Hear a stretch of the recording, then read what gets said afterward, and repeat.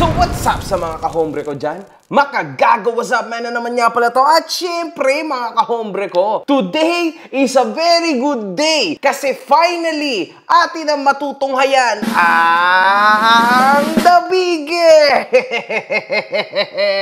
Biggest! You tell me! Bakit nga ba? You tell me, bakit nga ba? The biggest!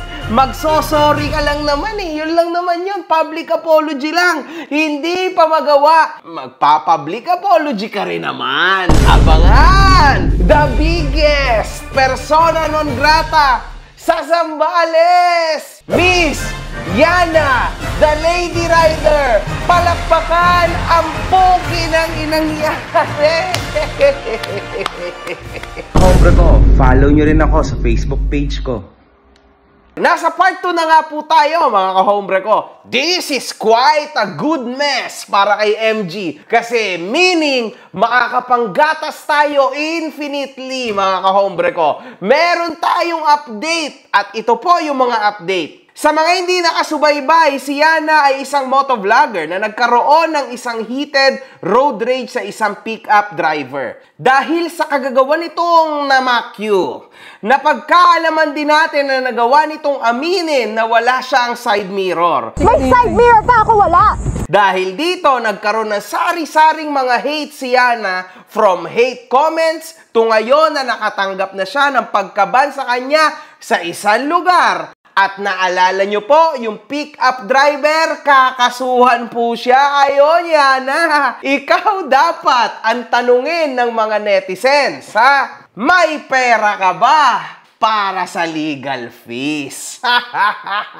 Sino ba si Colonel Bosita? Meron siya kasing nasabing mahalaga. Si Colonel Bonifacio Bosita kasama sa partidong One Rider Party List at tumatakbong senador ngayon ay nagawang magbigay ng mensahe ukol sa naganap na road rage, mga kahombre ko. Pinanood ko yung video, tinapos ko. Rough road yung tinatahak nyo. Hindi pwedeng bilisan masyado ng pick-up yung takbo niya dahil matagtag yan at may unexpected na lubak na malalim. Pasensya na! Kahit pro rider tayo, ay ang mali dito ay yung babae. Ayun, nagkaroon na tayo lahat ng kasagutan, okay? Umovertake siya sa kanan na hindi dapat. Hindi na niya in-inform si driver ng pickup gamit ang busina na o-overtake siya. Ang problema, blind spot yung overtake. Masyadong malapit o dikit na sa pickup, kaya di na nakita ng driver. Ang malala pa dito, si driver pa yung sinabihan niya na gumamit ng side mirror. Siya mismo walang side mirror yung motor. Sa kalsada, palaging pairali natin ay pagpapakumbaba. Kung nagkamali man ang kasabayan mo sa kalsada, magtaas ka ng kamay, hindi middle finger. Dahil dyan sa kadalasan, natitrigger ang road rage. Gusto kong ipatawag ito sa LTO para mabigyan ng tamang seminar sa paggamit ng kalsada at tamang behavior. Pero mga kahombre ko, ito ang problema ngayon. Dahil siya ay ipatatawag, bigla po siyang nag-post. At yung post, siya ay palipad pa ibang bansa. Dito, makikita po talaga natin kung gaano po siya ka-spoiled brat. Ayaw niyang makinig, ayaw niyang umamin o hindi talaga po siya aamin sa kamalian niya. Yana, isang sorry mo lang, magiging ayos na ang lahat. Pero habang tumatagal at nagmamatigas ka, the damage goes deeper and deeper. So, dahil palalim ng palalim, so sa kada araw na nalipas na hindi ka nahingi ng pasensya o sorry at hindi ka nagpapakumbaba, the more na hindi ka na mapapatawad ng mga fans mo. Pangalawang araw na ngayon, dapat humingi ka na ng pasensya. Baka sakaling 30% pa lang ang nawala sa'yo na fanbase mo. Hindi ka pa rin nahingi ng pasensya, magpapangatlong araw na po in few hours.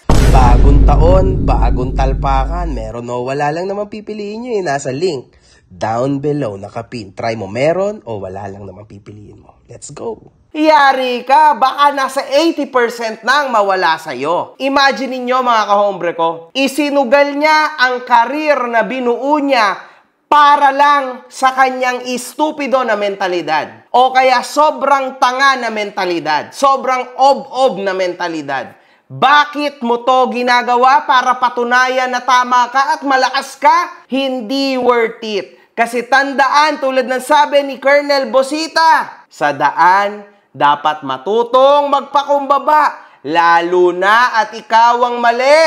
Ayon sa isang Facebook post ng allegedly anak ng pickup truck driver, sinaad nitong itutuloy nilang kasuhan itong si Yana sa nagawang pamamahiya nito sa kanyang ama. Patay ka ngayon, you will definitely lose here. Kasi una sa lahat, pinagkakitaan mo yung imahe nung driver. Pangalawa, hindi naman siya influencer. So, dapat maximum man lang nagpaalam ka kung pwede mong i-post. Pangalawa, hindi mo man lang binlur yung muka. So, sobrang nakakahiya nang nangyari. Tama? Samantalang ikaw, pinagkakitaan mo yung kahihiyan nung tao na iyon. Maliit mo pa, minura mo pa, ininsulto mo pa. Ayan yan na for you ang cyber libel. Ayan na sinasabi ko sa'yo kasi hindi na nalalayo dun sa ginawa nung pinost mo, no, na babae na sinasabihan na nagme-mayor ka daw, okay, nagpapa-mayor ka daw, di ba? Hindi na nalalayo doon yung ginawa mo dito kay kuyang driver. Kasi parehas kayong namahiya. Problema yan, Yana, sinasabi ko sa'yo. Lalo na at ito ay viral, I don't know, man. Baka mas maganda, humingi ka na lang ng pasensya, and you just walk away and do your life as usual. And isa pa na nire-risk mo dito, major risks, ay ang mawalan ka ng mga sponsorships kasi sobra ka ng kahihiyan sa social media. Sino pa ang magpapapromote sa'yo? May isang netizen na nag-message kay Boss MG. Kung sa ay sinaad nitong si Boss Ahing ang may-ari ng mga big bike na pinapahiram kay Yana. Dahil dito, naaawa itong netizen dahil madadamay daw ito sa kagagawa ni Yana. Hindi ko na alam yan. Anyway, mga kahombre ko, kita nyo kung gaano po ka-effed up yung naging sitwasyon dahil hindi lang siya nagpakumbaba. Imagine niyo kung nagpakumbaba po itong babae na to, okay na sana lahat. Kaso hindi. Matigas po ang pagmumukha nito at talagang may gustong patunayan. Tandaan nyo, sa mga post niya pa lang, palaban talaga. Sa comment section niya, palaban talaga. So, hindi talaga. Ito talaga, mga kahombre ko, yung masarap turuan na leksyon. And I am actually happy sa inyo, mga kahombre ko. Because finally, halos lahat tayo nagbago na at gumagamit na ng utak. Hindi porket babae siya na agad ang tama. Instead, chine-check din nating lahat kung sino ang tama at sino ang mali. Parehas na panig ang tiningnan natin at saka tayo nag-judge. Tandaan, siya mismo ang bumaon sa sarili niya kasi siya mismo ang nag-post. So actually, ang iniisip niya, dahil babae ako, I might get out of this na ako yung bida, obviously, kasi babae ako, hindi naman ako ibabash, for sure. Lalo na at yung lalaki, parang aanuhin ako, sasaktan ako. Siguro yun yung nasa isip niya. But then, first time ever ko nakakita ng isang influencer sa Pilipinas na siya mismo ang nag-post ng ikakawasak ng buong karir niya. Oh my God. Mga kahombre ko, this is one hell of a craziness, mga kahombre ko. Persona non grata. Sa probinsya na Zambales, naglabas na ito ng isang resolution kung saan dineklarang persona non grata si Yana. Grabe ang swerte nyo sa Zambales, hindi nyo rin makikita